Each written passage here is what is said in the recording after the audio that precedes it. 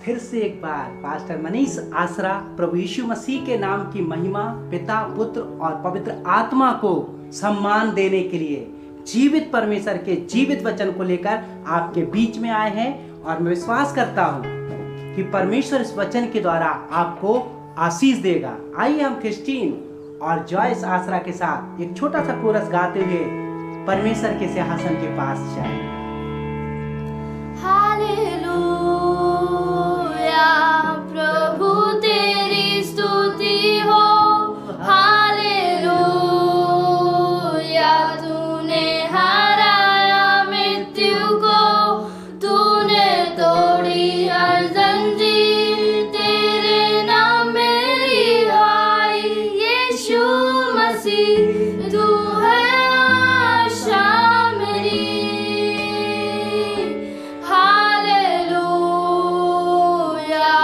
प्रभु तेरी स्तुति हो। हालेलुया,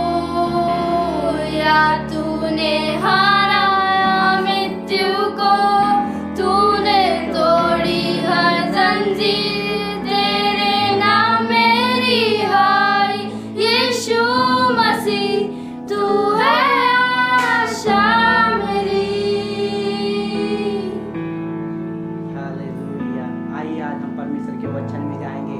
क्यों हम परमेश्वर के वचन में आज जाएंगे? मैं आज आपको बताना चाहता हूँ। आज पवित्र आत्मा ने मुझसे बातचीत की और पवित्र आत्मा ने मुझसे कहा कि परमेश्वर जो सर्वशक्तिमान है, सारी सृष्टि का रचयिता है, मनुष्य जाति को बनाने वाला है, सारे ब्रह्मांड, सारे पहाड़, फूल और प्राणियों को रचने वाला परमेश्वर है। उस परमेश्वर ने आज मुझसे और आपसे और हर एक विश्वास करने वाले से ये कहा है कि उसने अपने वचन को परमेश्वर से भी अधिक महत्व दिया है। आज मैं उस वचन को लेकर आपके पास आया हूँ। आज मैं उस सामर्थ को लेकर आपके पास आया हूँ जिस सामर्थी वचन को परमेश्वर ने अपने नाम से अधिक महत्व दिया है। प्रभु के प्रिय लोगों, आज भी हम परमेश्वर के संदेश में जाएंगे और हम यूहन्ना समाचार और उसके 5 अध्याय में से कुछ पदों को देखेंगे और वहां पे किस प्रकार से परमेश्वर हमसे बातचीत करना चाह रहा है। यहाँ पे भी जो प्रभु यीशु मसीह यूहन्ना से और यूहन्ना समाचार में उस वचन के द्वारा बातें करना चाहते हैं, जिसमें इस प्रकार से लिखा है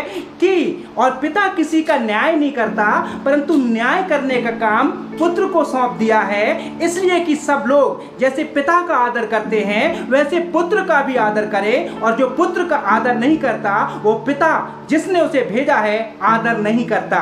मैं तुमसे सच सच कहता हूँ, जो मेरे वचन को सुनकर मेरे भेजने वाले की प्रीति करता है, अनंत जीवन उसका है और उस पर दंड की आज्ञा नहीं है। उस पर दंड की आज्ञा नहीं है, आज्ञा नहीं होती, परंतु वह मृत्यु से पार होकर जीवन में प्रवेश कर चुका। प्रभु के प्रिय लोगों, यूहन्ना समाचार उसके 5 अध्याय के 23 पद में इस प्रकार से लिखा है, मैं तुमसे सच कहता हूं कि वह समय आता है और अब है जिसमें मृतक परमेश्वर के पुत्र का शब्द सुनेंगे और जो सुनेंगे वो जिएंगे। प्रभु के प्रिय लोगों, मैंने पहले आपको बताया था कि परमेश्वर के खोजने वालों को बड़ी बड़ी आशीषें हैं, लेकिन आज मैं आपको बताना चाहता हूं जो परमेश्वर के वचन को सुनते हैं, परमेश्वर की आज्ञाओं को मानते हैं, उनके लिए परमेश्वर ने अद्भुत आश्चर्य कर्मों को रखा है। प्रभु में प्रिय लोगों, मैं बाइबल से आपके पास आऊंगा और आज परमेश्वर का वचन कहता है जितने उसकी बातों को सुनेंगे वो मृतक लोग जीवित हो जाएंगे। आवाज को सुनेंगे, वचन को सुनेंगे। अब्राहम ने पहला ऐसा व्यक्ति था, अब्राहम जिसने परमेश्वर की आवाज को सुना, जिसने परमेश्वर की बातों को माना। और उत्पत्ति उसके 12 अध्याय को आप बहुत अच्छे से जानते हैं। परमेश्वर ने उसको आज्ञा दी, अपने माता पिता, अपने भाई, अपने कुटुंबी और अपने लोगों को छोड़ और मेरे पीछे आ, मैं तुझे एक देश दूंगा, मैं तुझसे एक जाति बनाऊंगा और मैं तेरा नाम महान करूंगा। और परमेश्वर ने जब उसे बुलाया, उसने परमेश्वर के पीछे चलने को नहीं घबराया। लेकिन प्रभु के प्रियो, आज मैं आपको बताना चाहता हूं कि अब्राहम परमेश्वर की आवाज को सुनने वाला था, क्यों सुनने वाला था? मैं और आप जब परमेश्वर का वचन सुनते हैं थोड़े दिनों के बाद भूल जाते हैं, लेकिन अब्राहम जो था, उत्पत्ति उसके 14 अध्याय में एक ऐसी परिस्थिति आई, उसके 23 पद में लिखा हुआ है कि जब वो एक युद्ध जीत के आ रहा था तो मलकीसेदेक राजा ने उससे कहा, इसका 10वां भाग, इसकी सारी संपत्ति का हिस्सा अब्राहम मैं तुझे देना चाहता हूं। लेकिन अब्राहम परमेश्वर के वचन को सुना था, जानता था, इसलिए अब्राहम ने कहा, नहीं, मैं इसके जूते का एक सूत, एक बंद भी नहीं लूंगा, कल को तू ये ना कहने पाए कि अब्राहम तेरे कारण धनी बन गया, अब्राहम तेरे कारण बढ़ गया। लेकिन परमेश्वर ने उसे इस प्रकार से कानों में आवाज देके बातें की और वो परमेश्वर की सुनता था, और जब वो परमेश्वर की सुनता था परमेश्वर उसे ब्लेस करता था, परमेश्वर उसे आशीषित करता था और वो आगे आगे आगे बढ़ता जाता था। और आज वो विश्वासियों का पिता बना गया। आज उसके द्वारा कई अन्य जाति प्रभु यीशु मसीह में मीरास पाते हैं। आज परमेश्वर ने न्याय करने का अधिकार यीशु मसीह को दिया है, और यीशु मसीह आज चाहता है कि हर कोई उसके वचन को सुने, और जो उसके वचन को सुनेगा वो अगर मुर्दा भी है वो जिंदा हो जाएगा। प्रभु के प्रिय लोगों, आज मेरा संदेश है कि लोग परमेश्वर के वचन को सुने, लोग परमेश्वर की आवाज को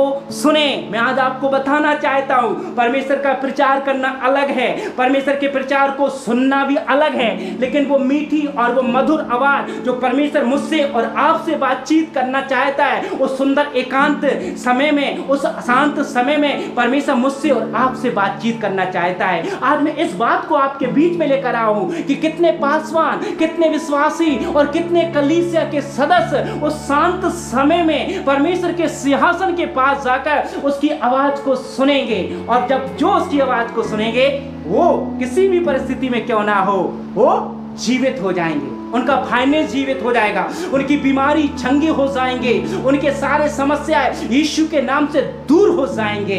मैं विश्वास करता हूं। आइए मैं आपके लिए प्रार्थना करूंगा, और मैं विश्वास के साथ इस प्रार्थना को करूंगा कि आज आप परमेश्वर के वचन को सुनने वाले बनेंगे। आइए हम प्रार्थना करेंगे। सर्वशक्तिमान परमेश्वर प्रभु यीशु मसीह के नाम से जितने भी तेरे वचन को सुने, आज के इस वादे को, प्रतिज्ञाओं को ले, यीशु तेरे कोड़े खाने से चंगे हो जाएं।